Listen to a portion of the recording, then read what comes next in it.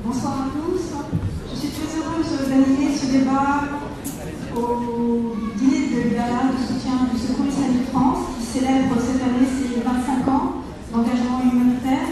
J'ai connu cette ONG il y a 20 ans et c'est un grand honneur pour moi de pouvoir réunir aujourd'hui. Et je vais animer le Secours islamique France m'a demandé d'animer un débat avec deux grandes personnalités de l'islam de France que je vais vous présenter. Merci à tous de votre présence.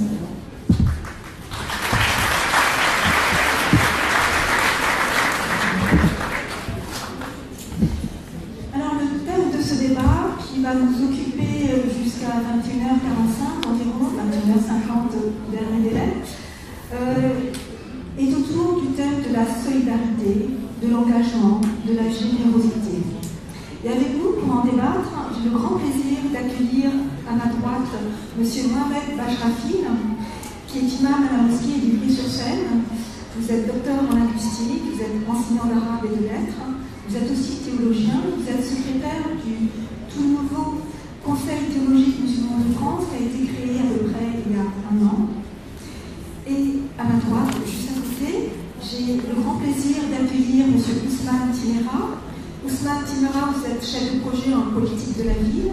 Vous êtes aussi enseignant en sciences islamiques à l'Institut des sciences humaines d'Orient. Et vous êtes aussi enseignant de philosophie politique à l'Institut Al-Khairiya à Bruxelles.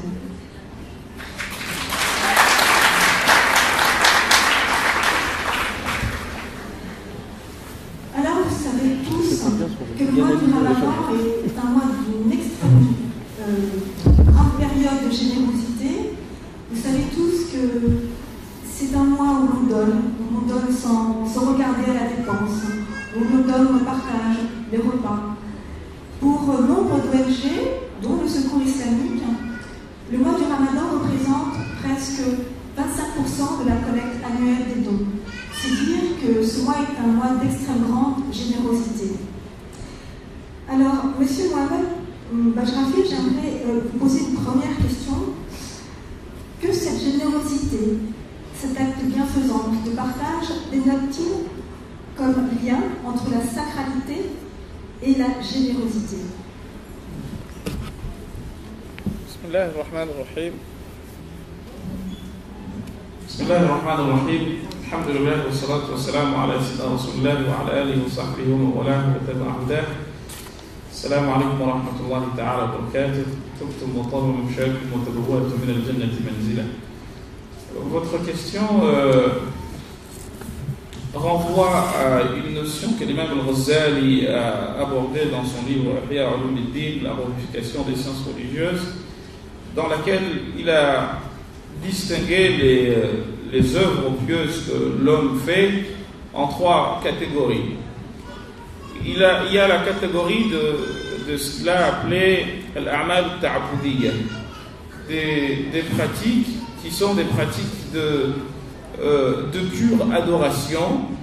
Il n'y a pas d'intérêt direct que la personne, par exemple, fasse la prière ou fasse le pèlerinage. On ne voit pas un intérêt tout de suite. Ou quand, par exemple, on lapide les stèles et le jamarat, on peut se demander, mais finalement, qu'est-ce que ça me procure ici? Ça, c'est le premier type. Le deuxième type, c'est des pratiques qui sont plutôt des pratiques dont on voit l'intérêt tout de suite, parce qu'il y a quelque chose qui se passe dans la société, et la générosité fait partie de ce genre de pratique. C'est qu'on voit que celui qui reçoit la zakat, qui reçoit sadaqa, eh bien, la personne est tout de suite touchée par ce que nous faisons. Mais la sacralité vient de quoi? La sacralité vient du fait que moi qui donne, je sais que c'est pas de moi que ça vient, mais c'est quelque chose qui m'a été confié. Et à partir de là, je ne fais que donner par la main droite ce que j'ai reçu par la même main de mon Créateur. Et je sais très bien à partir de là que, au fond, même mes enfants, ils ne sont pas véritablement en moi. Et c'est pour cette raison d'ailleurs qu'Allah subhanahu wa ta'ala quand il parle de l'enfant, il utilise un terme assez beau en arabe, il dit yahabu liman yasha. Il offre à qui il veut. Donc même l'argent, c'est Allah subhanahu wa ta'ala qui nous le donne. Donc quand je donne quelque chose, c'est juste pour que, eh bien, j'inscrive en moi, ou que je réalise en effet que ce n'est pas de moi que ça vient, mais ça vient d'Allah subhanahu wa ta'ala. Or, lui qui m'a donné, m'a demandé de donner, et c'est pour cette raison que cela, vous avez à la fois la notion de générosité et la notion de sacralité qui se marient dans cette notion de don de soi et de zakat. Vous avez parlé de 3 dimensions, c'est la première. C'est la deuxième. La troisième, c'est une autre dimension qui, elle, est une dimension qui regroupe les deux, qui regroupe à la fois intérêt d'ici et la notion de pure adoration. Enfin, on pourrait parler du pèlerinage, c'est pour cette raison d'ailleurs que le prophète sallallahu alayhi wa sallam, Dieu dit dans le Coran, liyashhadu manafi'a lahum, pour voir des intérêts qu'ils ont à eux, qu'ils peuvent gagner, pour parler également et magnifier la grandeur d'Allah subhanahu wa ta'ala. Monsieur Ousmane, pourriez-vous rajouter concernant ce lien entre sacralité et générosité? Tout d'abord, que la paix soit sur vous et que Dieu vous imbibe de sa tendresse et miséricorde. Et avant de parler de dons pécuniers, j'aimerais parler de dons affectifs parce que je suis très très heureux de partager ce moment avec le frère Bajrafil. C'est quelqu'un que j'apprécie énormément et pour qui j'ai un énorme respect. Et je pense que la générosité commence par là d'abord, c'est un sentiment qui ensuite est symbolisé par un geste concret, une réponse à un besoin.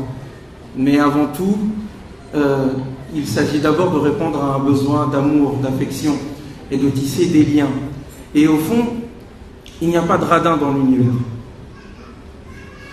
La zakat, la prière, le hajj, le sawm, lorsque vous regardez la manière dont le Coran en parle, vous vous rendez tout de suite compte qu'il s'agit d'inscrire dans les pratiques humaines ce qui, dans le cosmos entier, est déjà mis en place.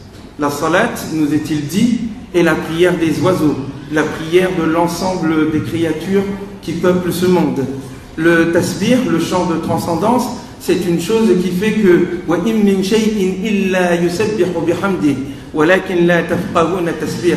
et il n'y a pas une chose qui ne chante la gloire et la grandeur de Dieu. Mais vous ne comprenez pas ce qu'ils disent. De même, il en est pour le jeûne, où il nous est indiqué qu'il s'agit d'une pratique universelle. Et il en va de même pour le hajj. C'est non pas quelque chose que l'islam a apporté avec la révélation mohamédienne, c'est quelque chose qui s'inscrit dans la pratique même de notre père Abraham. Et donc la zakat s'inscrit aussi dans une économie cosmique, dans quelque chose de général. C'est-à-dire que de même que l'univers entier est en état de tasrir, de servitude, il est à notre service, et que donc le soleil nous donne, le ciel nous donne, et le sol nous donne, et que c'est la participation généreuse de l'ensemble du cosmos qui est à notre service, qui fait que nous vivons, nous respirons, nous profitons.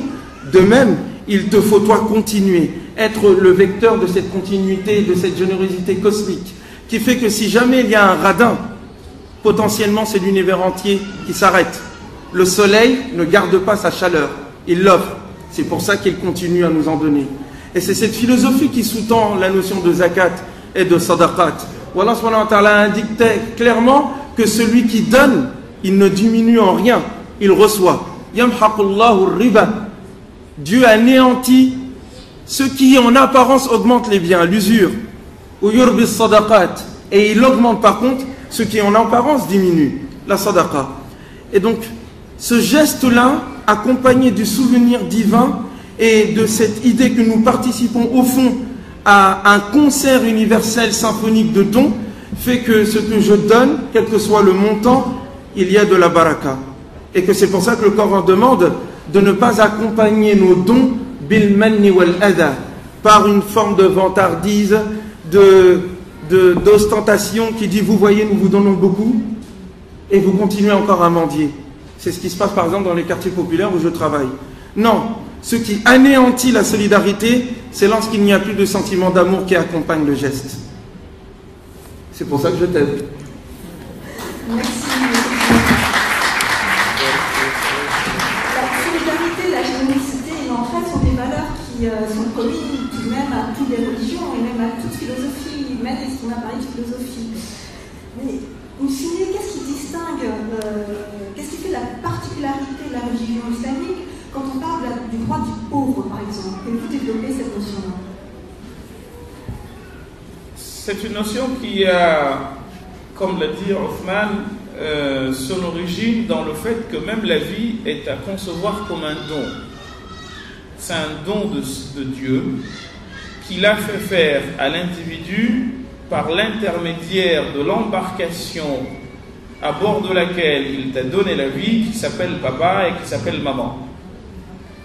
À partir de là, on t'a demandé, Dieu dit dans le Coran, wa ahsin kama ahsanallahu ilayk. Fais le bien comme Dieu l'a fait pour toi.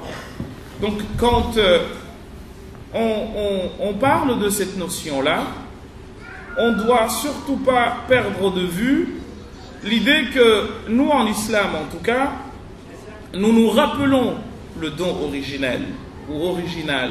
Et c'est pour cette raison que vous voyez quelqu'un comme l'imam Shafi'i qui dit Al-Nasu, les hommes, sont faits pour quoi? Les hommes sont faits Al-Nasu bin-Nasi. Les hommes vivent par les hommes. Madamatil hayatu bihim, aussi longtemps que la vie est en eux. Wasa'adu la shakka taratun wa hibbat.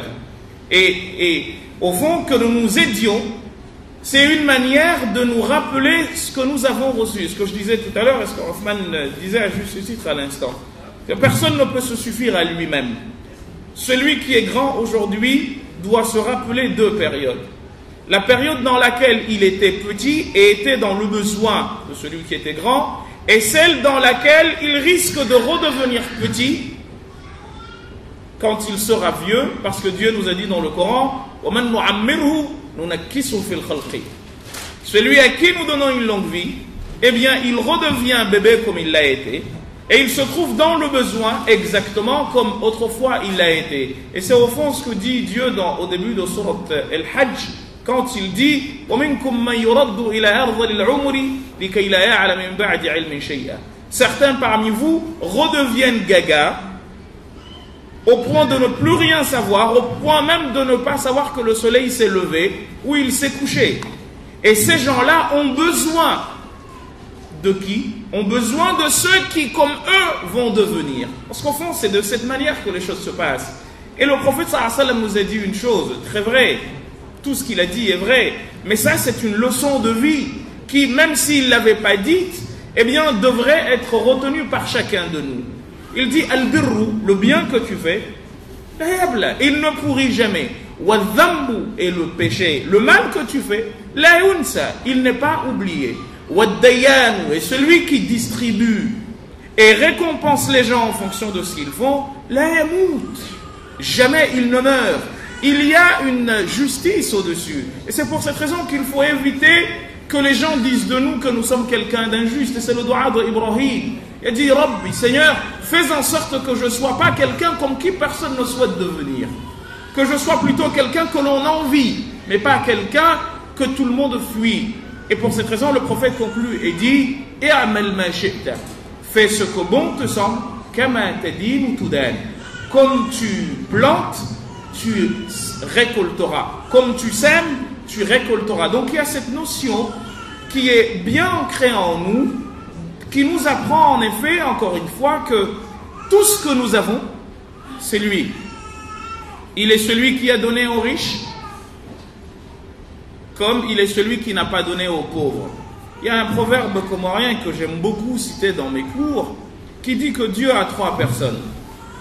Il a celui à qui il donne, celui pour qui il laisse pour demain, et se souvient de celui à qui il n'a pas encore donné. Et l'homme, au fond, il est un des trois. Sauf que souvent, il oublie que dans tous les cas, il est un des trois. et que dans tous les cas, il sera à un moment donné de sa vie, ou il a été à un moment donné de sa vie, un des trois. Mais qu'est-ce qui se passe? Eh bien, Dieu nous dit, celui qui fait preuve d'avarice et qui oublie que c'est Allah qui lui a donné, eh bien, lui, il y a son cas qui lui est réservé de côté. Et pas seulement là-bas, mais ça commence dès ici. Combien ont de l'argent et ne peuvent pas l'utiliser parce qu'ils sont malades? Combien ont de l'argent et ne peuvent même pas manger? Parce qu'ils sont malades, ils ne peuvent même pas bénéficier de ce qu'ils ont. Mais, hélas, il nous arrive très souvent d'oublier ces réalités qui sont là, intrinsèquement liées à chacun de nous, qui nous parlent au quotidien. Et c'est pour cette raison qu'Allah subhanahu wa ta'ala nous demande de tout le temps regarder ce qui nous entoure. Le prophète sallallahu alayhi wa sallam, dans un long hadith, qui est dans un livre intitulé Makarim al-Akhlaq de l'imam al-Tabarani, à la page 1, le hadith d'Abu Dharr al-Ghifari, il est long, il y a 11 conseils.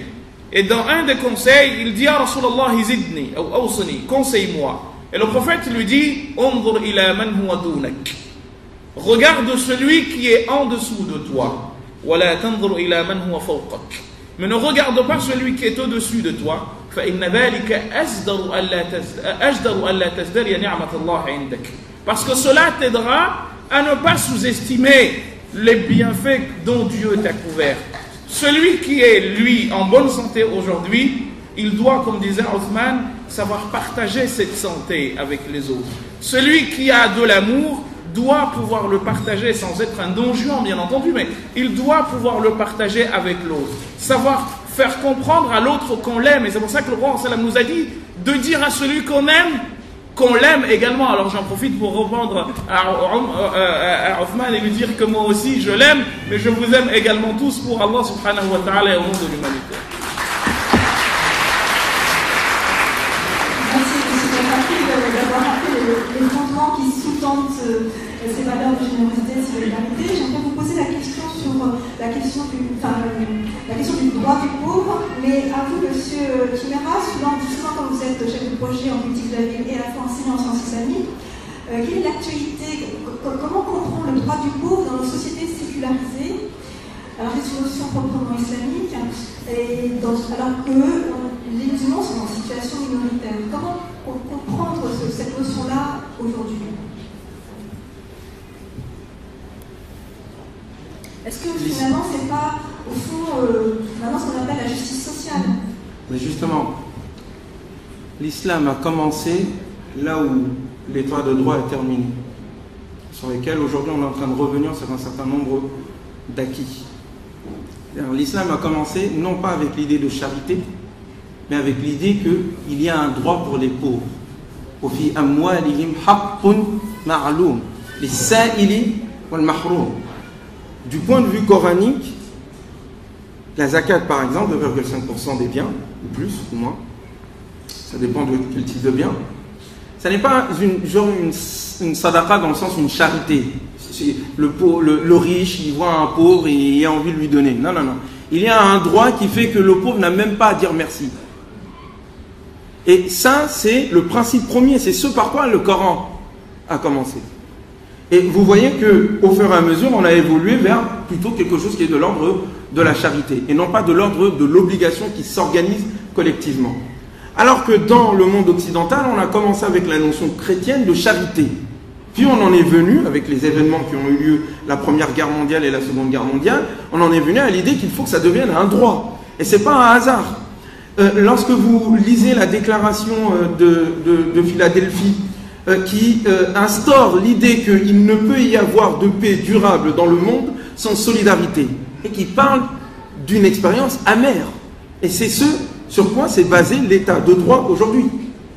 Jusqu'à aujourd'hui. Aujourd'hui, on a tendance, l'État veut se débarrasser de cette idée de solidarité parce que ça coûte trop cher. Selon ceux qui, plus riches et oligarchiques, commandent aujourd'hui les politiques publiques. Il suffit de voir du côté de la Grèce, il suffit de voir ce qui se passe en Europe, il suffit de voir ce qui s'est passé en 2008 avec la crise des subprimes. C'est exactement le fond de l'idée coranique. C'est que le Coran indique que le fait de ne pas croire en un au-delà, de ne pas croire en ce qui est au-delà de ce que je perçois immédiatement, ça m'empêche d'être tel le cultivateur qui plante une graine dans la terre et qui attend un retour de cette terre, non pas d'une graine, mais de cet épi dans lequel il y a mi'atu habba. Donc le Coran fait un lien entre la nature généreuse, l'idée qu'il faut croire en un au-delà qui fait qu'après la mort il y a la vie, et qui fait qu'après le don, il y a un don encore plus généreux. C'est la même idée que donne le Coran de ce côté-là. Donc il y a une philosophie du don qui n'est pas, à mon avis, assez bien exploitée et explicitée par nos savants. Le Coran est bien plus riche que les simples calculs que nous faisons à droite à gauche sur combien est-ce que tu dois donner le jour de la fitra, est-ce que c'est du riz ou pas du riz, est-ce que c'est... Il y a une philosophie profonde et qui parle aujourd'hui, qui devrait parler à la modernité. Dire, l'Occident est arrivé après des tragédies sur l'idée que le Coran défend. Il s'agit d'un droit. Seulement, ils y sont arrivés par accident, pas par conviction. Et qu'on était obligé de le faire parce qu'il y avait les Russes de l'autre côté, l'URSS, et puis il y avait quand même la Seconde Guerre mondiale qui a donné une catastrophe. Maintenant, avec le temps, on commence à oublier. Donc on reproche aux gens d'être pauvres. C'est de la faute des pauvres. Non, s'il y a des pauvres, c'est de la faute de la société. Et comme le disait l'imam Ali, peu ne s'en faut que la pauvreté soit du kufr, de la mécréance. Quel est le lien? Est-ce que tous les pauvres sont des mécréants? Dans ces cas-là, je suis le premier des mécréants, parce que je ne suis pas bien riche. Mais non, parce que la pauvreté, à un moment donné, peut pousser vers toutes les turpitudes. Il y a la domination qui a lieu. Or, il s'agit de lutter contre toutes les formes de domination.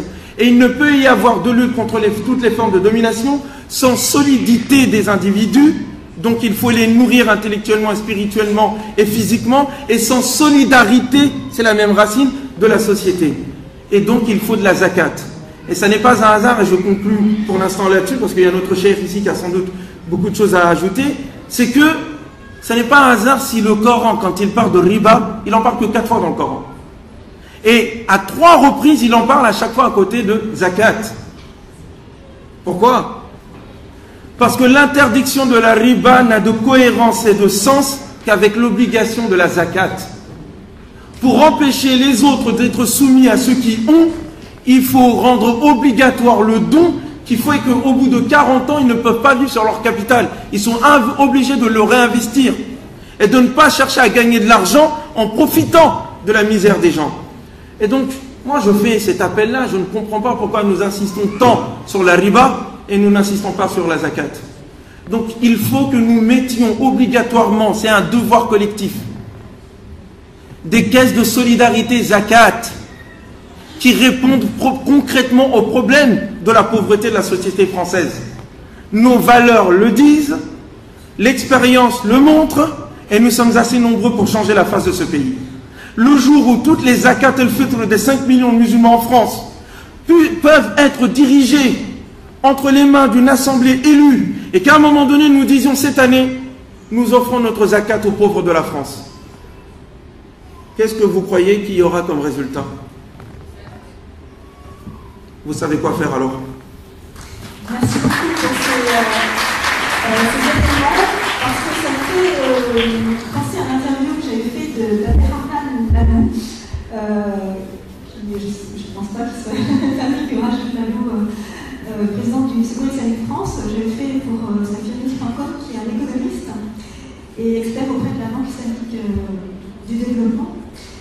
Et il disait finalement que la zakat et la sadaqa sont au cœur de l'économie islamique. C'est ça. Et ma question, c'est que finalement, est-ce que la zakat n'est pas en soi un outil économique? Est-ce que finalement, ce n'est pas un outil complètement de tendance? Aujourd'hui, on parle d'économie circulaire, d'économie collaborative. Est-ce que finalement, ce n'est pas un instrument que l'on pourrait remettre au goût du jour, peut-être avec des vocables d'aujourd'hui, mais qui pourrait en même temps parler plus à notre société d'aujourd'hui? Je pense que pour rebondir sur ce que Hoffman a dit, il faut partir également de là où nous sommes ensemble partis, comprendre que avant que ce soit quoi que ce soit, la zakat comme la sadaqa, c'est un droit. pour celui qui le reçoit. Et j'ai beaucoup aimé la phrase d'Othman quand il disait que celui qui reçoit n'a même pas à remercier. C'est pas, il le fait. Et c'est plutôt celui qui donne qui doit remercier. Il y a un savant, pour rassurer Othman par rapport à la notion de sadaqa et de zakat tel que le Coran les évoque, et Al-Ghazali le rapporte également dans Bab al-Zakat, Kitab al-Zakat de son livre, à qui on a posé la question qui suit. C'est quoi la zakat? À qui est-elle obligatoire? Combien doit-on donner? Et il dit, Amma zakatu, pour ce qui est de la zakat, fa'ala rutbatayn. Il dit, il y a deux niveaux de zakat. Il dit zakat ou l'awam, la zakat de monsieur tout le monde. C'est quoi? Il dit, c'est le fameux 2,5%. Rubu' al-ushr. Et il dit également zakatul khawas, la zakat des gens intelligents, al-mal kullu. C'est tout ce dont on dispose. Et il lit le verset dans lequel Dieu nous dit, et ceux qui, dans ce dont ils disposent, réservent un droit spécial à ceux qui demandent ainsi que ceux qui sont privés. Et à partir de là, on s'aperçoit que, en fait, on reviendra toujours à l'idée de départ, qui nous apprend que le riche n'est pas celui que l'on croit. Le riche n'est pas celui qui détient et qui ne partage pas. Le riche, il l'est d'abord de cœur. L'imam al-Samarqandi rapporte dans son livre Tanbih al-Ghafilin que Al-Hasan al-Basri a dit Maktoubun fi at-Tawrati 5 ahruf. Il y a 5 lettres qui sont inscrites, 5 sens qui sont inscrits dans la Torah. Et parmi ces 5, Al-Ghina, la richesse, fil qana'a, se trouve dans le contentement. Et l'imam Shafi'i allait dans ce sens. Si tu es quelqu'un dont le cœur se contente, ou toi et celui qui dispose de ce monde, vous êtes égaux au fond. Le problème qui se pose, c'est que quand on dit par exemple zakat al-fitr, c'est toute personne qui doit donner zakat al-fitr, même celui qui n'a pas les moyens de donner. Même celui qui n'a pas les moyens de donner, on lui demande de faire un effort. Pourquoi? Pour être participatif. Pour ne pas être seulement quelqu'un qui tend la main pour recevoir, mais pour être aussi quelqu'un qui la tend pour donner. Et de cette manière, nous avons une économie participative, solidaire, au propre comme au figuré, parce que tout le monde y contribue, tout le monde donne de sa part. Et si vous regardez bien, l'islam n'a pas limité la zakat à l'argent matériel que l'on compte. Mais nous avons zakat, l'an'am, les bêtes, nous avons à donner zakat dessus. Nous avons ce qu'on appelle zakat al-tijara, celui qui est commerçant et qui a acheté de la marchandise, il a à donner zakat dessus. Nous avons ce qu'on appelle al-ma'adin ou al-rikaz. Al-ma'adin, c'est les choses que, par exemple, je fais un trou là, je trouve de l'or. Nous avons ce qu'on appelle le rikaz, les choses qui ont été enfouies dans le passé et dont on fait la découverte aujourd'hui. On nous demande de donner zakat de tout. Mais l'imam al-Ghazali va plus loin que cela, en disant encore une fois cette phrase qui est que moi quand je donne, je dois savoir que je ne suis pas à remercier, mais plutôt à remercier Allah. Et Shafi'i dit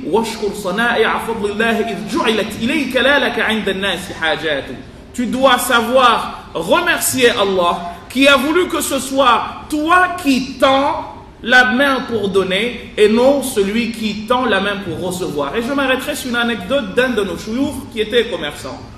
Il s'appelle Abdurrahman, il est encore en vie. Il avait un commerce dans lequel il vendait des habits. Il y avait un monsieur qui était Ash'af Akhbar, quelqu'un, on l'appelait monsieur, comment on l'appelait déjà, Makouvetti, je ne sais plus comment on traduirait ça en français, mais quelqu'un qui était tout le temps avec plein de sacs de boîtes de conserve sur le dos. Un beau jour, il est parti voir ce monsieur.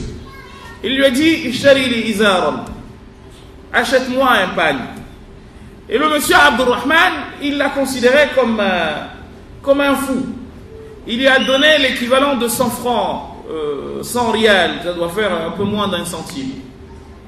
quand il lui tend ça, il lui dit, mais je ne peux pas acheter un pagne avec ça. Abdurrahman insiste. Il lui dit, si, tu peux, parce qu'il le considère comme un idiot. Et au bout d'un moment, il le voit, il lâche ses boîtes de conserve par terre comme ça. Et il lui dit, tu oublies une chose. Et là, il ne s'attendait pas du tout à sa réaction. Il lui dit, tu oublies que c'est Dieu qui a voulu que ce soit moi qui vienne te voir pour te demander et que ce soit toi qui tende la main vers moi. Si tu veux, il me met à ta place et il te met à la mienne. Et c'est ce que j'ai envie de vous dire.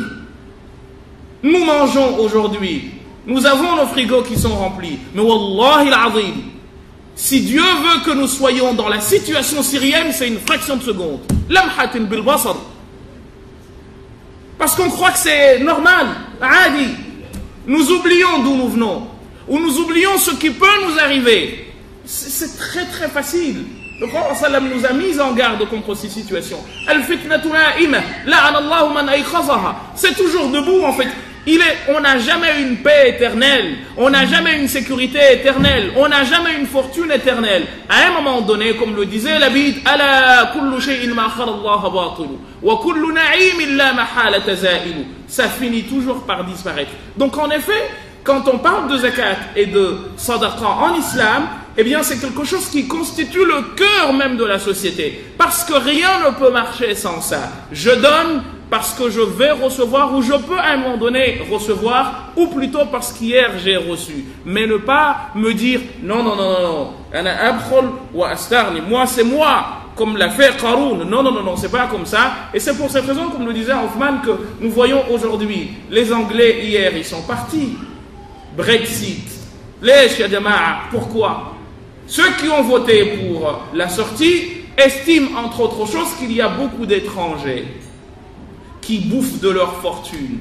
Et à ce moment-là, on oublie d'où on vient. On oublie qu'on s'est enrichi sur le dos des colonies. On oublie que l'on s'est enrichi en exploitant des gens. Et qu'au fond, ce que nous avons aujourd'hui dans nos pays, c'est en partie dû au rapia, aux différentes choses que nous avons volées à d'autres endroits autrefois.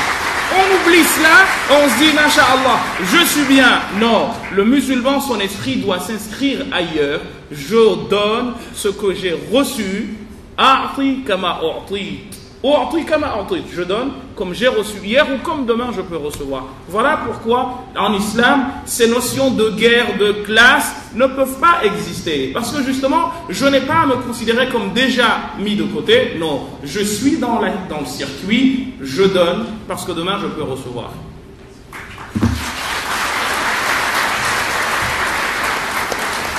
Alors, vous avez parlé des dons en nature qui, effectivement, sont libellés dans les textes canoniques. Mais maintenant, la crise, vous avez parlé justement de la crise des réfugiés, des situations de pays en guerre. La solidarité, elle ne peut pas forcément s'inscrire en don en nature, puisque nous vivons dans un village global, puisque les besoins de consommation diffèrent d'une localité à l'autre. Que dire finalement de cette dématérialisation du don financier? Comment finalement donner encore envie de donner, d'être généreux dans des contrées lointaines qui, on ne voit qu'à la télé. Donc comment garder, vivifier cette envie de donner alors que finalement on est loin, mais vous avez aussi donner la conscience, vous allez conscientiser comme quoi tout peut nous arriver d'un instant à l'autre. J'aimerais des conseils de philosophie, de savoir-être par rapport à cette problématique.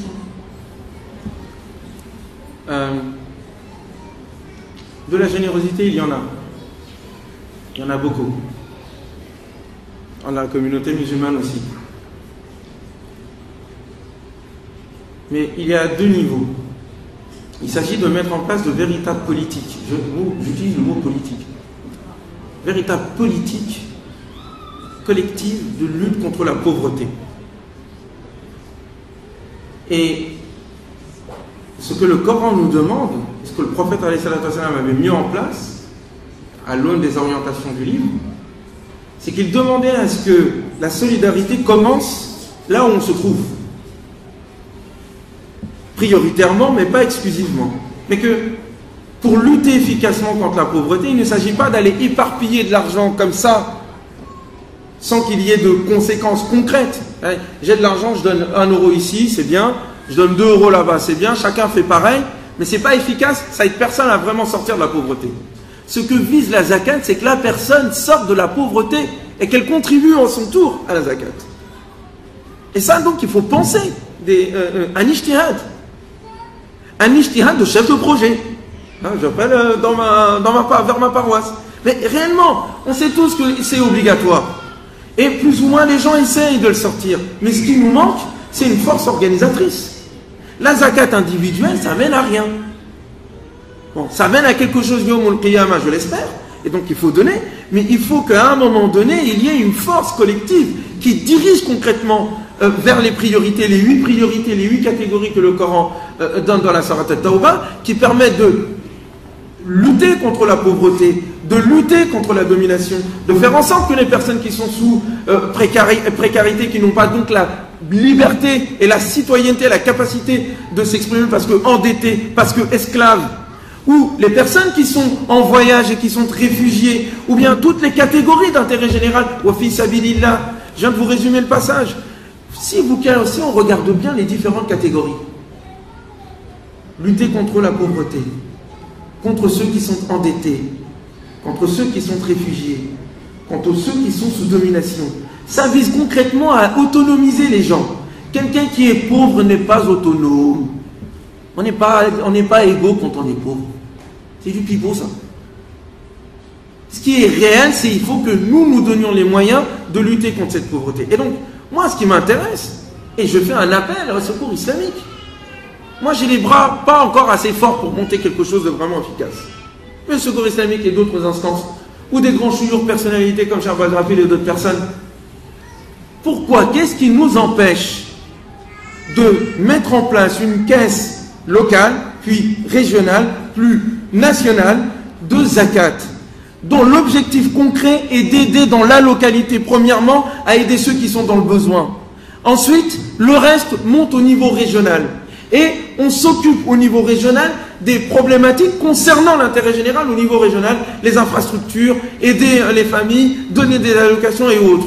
Puis ensuite, au niveau national, on essaye de combler les différents besoins, toujours dans ces 8 catégories. Ensuite, l'argent qui reste, on le donne envers le peuple voisin qui est dans le besoin. Ou une priorité, une catastrophe qui a eu lieu. Wallahi la ilaha ghayruhu. Nos leaders ne sont pas à la hauteur. Je le dis comme je le pense. Au lieu de nous faire des fatwas sur la manière de porter son pantalon, c'est ce sur quoi on doit faire des fatwas. Qu'on dise à tout le monde, il est obligatoire de sortir ta zakat en France. Il est interdit pour toi, c'est une fatwa pour la France, que la zakat sorte de l'extérieur. Il est obligatoire à ce moment-là qu'il y ait des fonctionnaires, pas des fonctionnaires, des personnes qui soient chargées de gérer cette zakat, qu'il y ait un comité délibératif, qui soit contrôlé, parce qu'après on sait ce qui se passe, et qui soit paritaire, et qu'on fixe des priorités. Il y a des gens qui ont étudié ici, il n'y a pas que des chouyours qui ont fait l'Azhar, ou des personnes qui ont fait l'USH comme nous. Alhamdulillah, il y a beaucoup de diplômés, beaucoup de gens capables. Pourquoi est-ce que le seul modèle que nous avons, c'est des chouyours qui viennent à la radio pour dire « tu as le droit de porter ta chaussure à droite ». C'est pas normal. C'est pas normal, je vous le jure, on est en crise. La religion pour nous est devenue une sorte de business. Concrètement, moi je souhaite que la zakat devienne une obligation réelle en France. Donc il faut que les organisations s'en préoccupent. Et que le secours islamique, s'il peut faire ça, lance l'initiative. Je vous le jure que les gens vont donner. Et qu'ensuite il y ait effectivement différentes catégories, des politiques qu'on va mettre en place, des priorités, avec des bilans, et les bons chefs de projet, il y en a beaucoup ici, et au sein du secours islamique, peuvent le faire. Mais ça vaut tous les reportages, ça vaut toutes les khutbahs.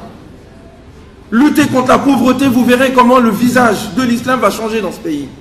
Mais ça, c'est si nous restons fidèles à nos propos et que ça ne reste pas juste des discours. Fils abilillah. D'aujourd'hui, dans notre langage à nous, je termine là-dessus. Écoutez bien, quand on dit fils abilillah, ça veut dire quoi? Ça veut dire, c'est pas cher. Ça veut dire, c'est gratuit. Ça veut dire, c'est pas exigeant. Alors que fils abilillah à l'époque du prophète, ça veut dire c'est la priorité. Voilà. Aujourd'hui, il y a quoi comme priorité? Il y a des gens qui dorment dehors, c'est pas normal. Ok, la priorité des zakat et des zakat al-fitr, ce sera de lutter contre ça, jusqu'à ce qu'on en termine. Est-ce qu'on n'est pas capable de faire ça? J'ai pas entendu votre réponse. Alors, moi je vais quand même apporter des réponses, parce que ça fait plus de 20 ans que je fréquente le Secours Islamique France. En fait, cette année, 25 ans, le Secours Islamique France s'occupe du territoire français. Oui, beaucoup. Fait des maraudes, organise pour la 7e année cette année l'étape du Ramadan, s'occupe des réfugiés à Calais, on accueille à Massy, s'occupe également des pays qui ne sont pas musulmans, comme Haïti,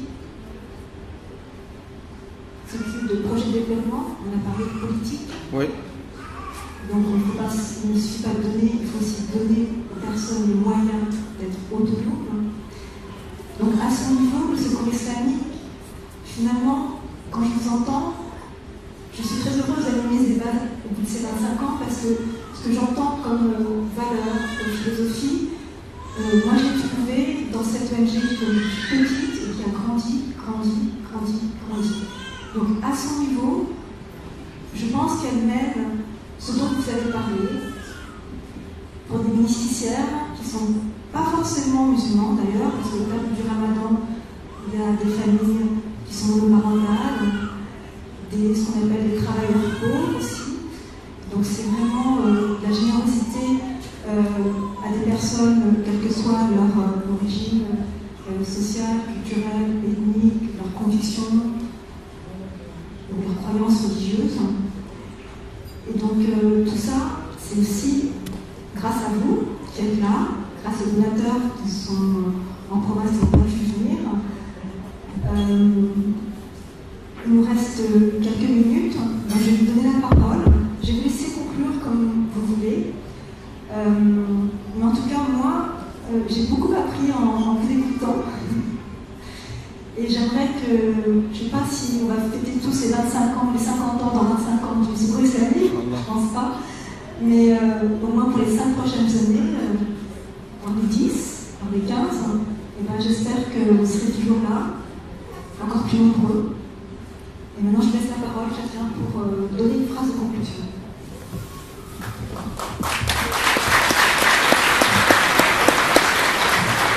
Je vais abonder dans votre sens, chère sœur Hawa, en vous disant que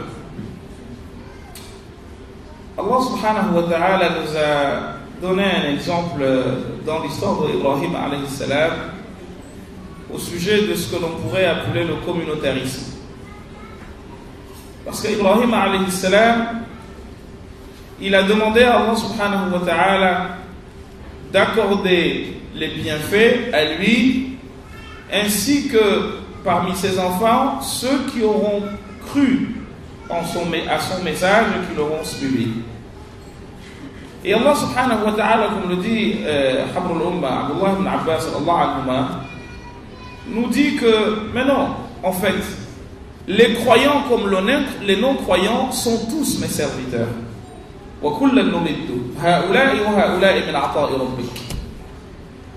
Donc le secours islamique m'a beaucoup rassuré, parce que j'ai grandi dans un environnement où on parlait tout le temps exclusivement des musulmans. Et j'ai trouvé dans le secours islamique un organisme islamique au sens véritable du terme, parce que le mot islamique au sens véritable du terme nous rappelle que nous venons tous de Adam alayhi salam. Kullukum min Adam wa Adam min turab. Et c'est une valeur qui aujourd'hui, eh bien, met à mal, démentit les politicailleries honteuses qui veulent qu'un pays comme le nôtre se scinde en portions, montrant du doigt un communautarisme imaginaire, alors que c'est eux-mêmes qui sont en train de l'alimenter. Mais le secours islamique est en train de leur dire non. Pour nous, le pauvre, il est le même, quelle que soit sa foi. Et c'est ce que Omar ibn Khattab nous a appris. Quand il dit, Dieu a dit, Innama as-sadaqatu lil fuqara'i wal masakin. la zakat, c'est pour les démunis. Il a dit il n'a pas précisé que c'est les pauvres des musulmans. Il a dit on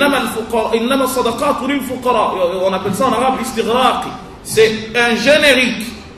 Toute personne rentrant dans la catégorie de la pauvreté, toute personne, comme l'ont dit les fuqaha, qui n'est pas en mesure de subvenir correctement à ses besoins, rentre dedans. Et c'est ce qu'on nous a appris à travers l'histoire de Abdullah ibn Omar, son fils, qui au moment de mourir sur son lit de mort, pense à dire quoi? Pense à dire à ses enfants de donner la viande de l'udhiyah à une famille juive qui était voisine, parce qu'encore une fois, nous avons été envoyés et pas seulement lil mu'minin. Nous sommes une miséricorde offerte à tous les humains, à tous les univers, mais pas à un groupe de personnes en particulier. Et en ce sens, je voudrais que nous applaudissions véritablement, sans flagornerie, le secours islamique et que nous l'encouragions dans ce sens, parce que ce qu'il fait est digne de l'islam et rappelle le vrai message de l'islam. Wassalamu alaikum.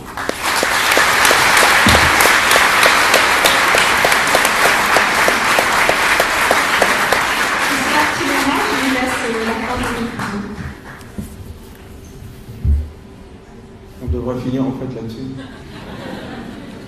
Mais moi j'insiste vraiment, nous sommes conscients maintenant de nos obligations. On sait ce qu'il faut faire. Maintenant, moi je voudrais qu'on organise comment le faire. On ait une véritable force de frappe pour lutter contre la pauvreté. Un jour viendra, je l'espère, comme certaines maladies qui n'existent plus aujourd'hui. On racontera dans les histoires, avant il y avait des gens qui mentiaient. Il faut que nous luttions pour ce rêve-là. Ce n'est pas une chimère, c'est possible.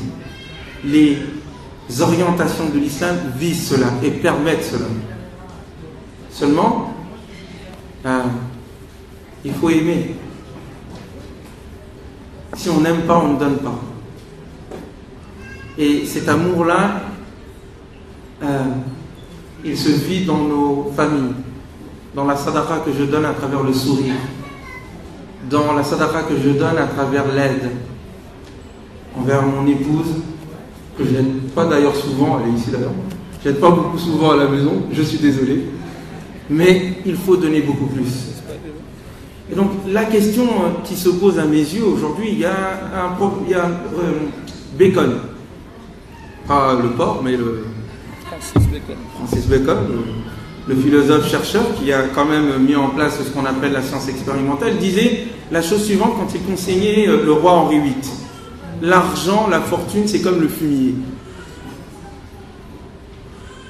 Si vous l'avez en abondance, ça pue. Si vous le distribuez et vous l'éparpillez dans le sol, ça fertilise. Vous comprenez pourquoi le Coran demande à ce que nous ne gardions pas pour nous.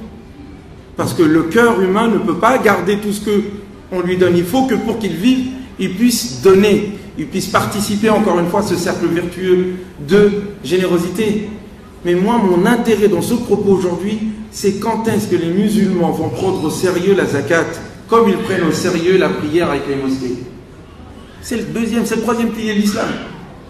Et on ne peut pas demander aux gens de ne pas utiliser riba si à côté il n'y a pas de quoi ne plus utiliser riba. C'est antithétique. Tu ne peux pas demander à quelqu'un qui crève de faim ne mange pas de porc et puis tu ne proposes rien du tout. Donc l'obligation de la zakat doit être organisée et pensée.